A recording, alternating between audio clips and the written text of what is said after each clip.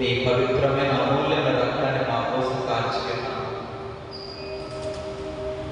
దేవాన్ని బట్టి మీకు స్తోత్రం చెల్లిస్తూ ఉన్నాం, వందనం చెల్లిస్తూ ఉన్నాం, పూర్ణ హృదయంతో మీకు ఆరాధన చేస్తూ ఉన్నాం. అందరం కూర్చుందాం.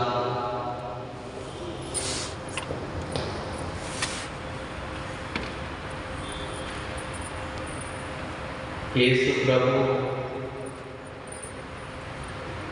మనం ఈ లోకంలో జీవించడానికి అనేక ఆయుధములు మనకు ప్రసాదించి ఉన్నాం.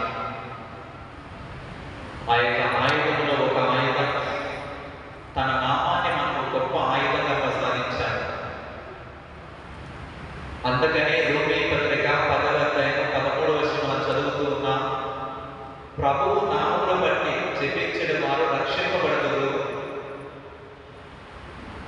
ఇదే వాక్యాన్ని కృత పేతురుగా అపోస్తుల కార్యం 2వ అధ్యాయం 21 చెప్తున్నారు. యేసు ప్రభు యొక్క నామాన్ని జపించినట్లయితే మనమందరము రక్షింపబడతాము.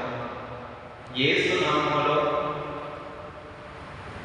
రోగ నివారణ, యేసు నామములో స్వస్థత, యేసు నామములో శాంతి సమాధానములు, యేసు నామములో పాప పరిహారం జరుగుతుంది అని మనం చదువుతూ ఉన్నాం. మన జీవితంలో మనం అనుభవిస్తూ ఉన్నాం. ఒక్క ఉదాహరణ అపోస్తుల కార్యము 3వ అధ్యాయంలో మనం చదువుతూ ఉన్నాం.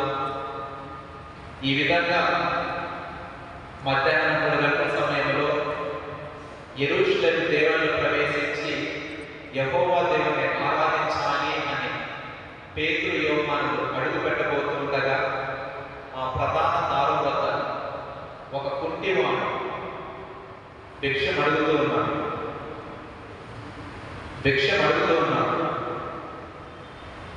అప్పుడు పేతురు యోహానులు ఆయన తేరి పాల చూశారు అని మనం బైబిల్లో చదువుతున్నాం.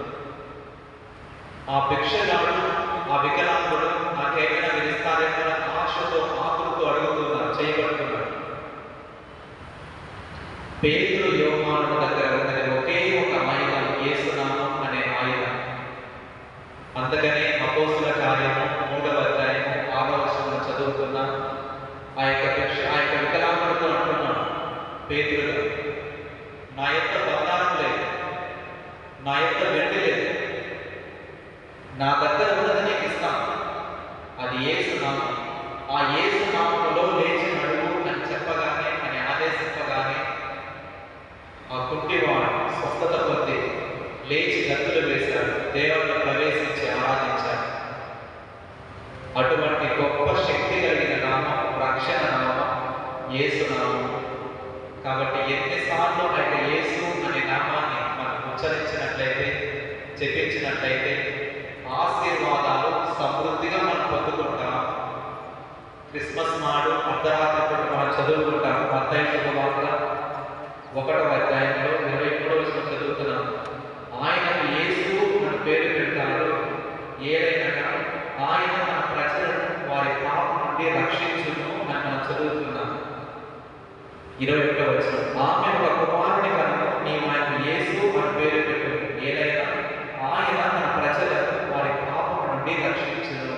ఆయన యేసు ప్రభువు తన ప్రజలను వారి పాపం నుండి రక్షించును, మన రోగం నుండి మనం రక్షించను, మన శాపం నుండి మనం రక్షిస్తాడు, మన కుటుంబాల్లో, మన హృదయాల్లో శాంతిని, సమాధానాన్ని దయచేస్తాడు.